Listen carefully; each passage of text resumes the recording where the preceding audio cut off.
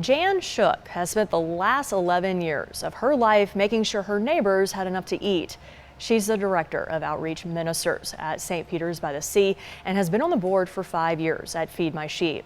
News 25's Brooke Parker spent the day with her as she made her rounds delivering meals to people and got to witness the friendships she's made along the way. Let's watch and see why Jan Shook is this month's hometown hero.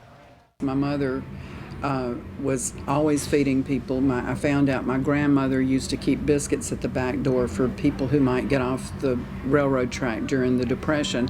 So apparently there's something in my blood that wants me to feed people. Jan Shook starts cooking biscuits at 6:30 Saturday mornings. Then she hops in her car and delivers them around the neighborhood. This is the Biscuit Brigade, which she started alongside St. Peter's by the Sea Episcopal Church. It's not just biscuits on Saturdays, but she works with Feed My Sheep to deliver meals Monday through Friday too. One of these several homes she visits belongs to Betty, who requires assistance in her day-to-day life. And when Jan heard this, she was knocking at her door. It's a help to me. I can't get out like I used to, and I would try to be up there on Saturdays and pick a lady up and go up there, but it was just getting too much for me. So I was glad when Jan said they were going to try to get people to services on Saturday, and I'm very thankful for that. Betty's nephew, Frankie Pilot, helps as much as he can, but he knows he can rely on Jan when he's not there to cook. He also knows that Betty has a friend in Jan.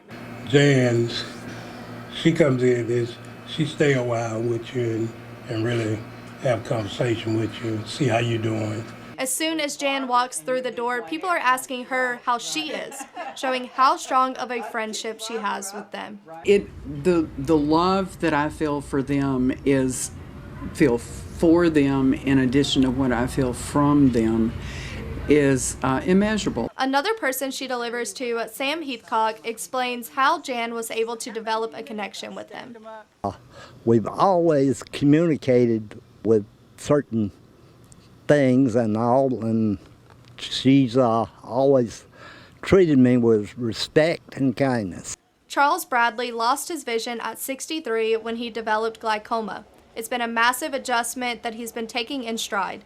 And despite his struggles, Bradley prays for Jan every night. Every time I get on the floor, I pray for y'all.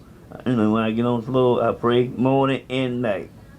Even if there came a day that Jan couldn't bring food to people anymore, she'd still be a hometown hero for how she lends a shoulder to cry on, a listening ear, and is a friend to those who need one. These people are not any different from me or you or anyone else. They're people who are on a bad time. They're on a hard time. They may have medical issues. They may have mental health issues. They may have housing issues, but they're not different from us in any way because we're all God's children, and He told us to feed His sheep, and that's what we're trying to do.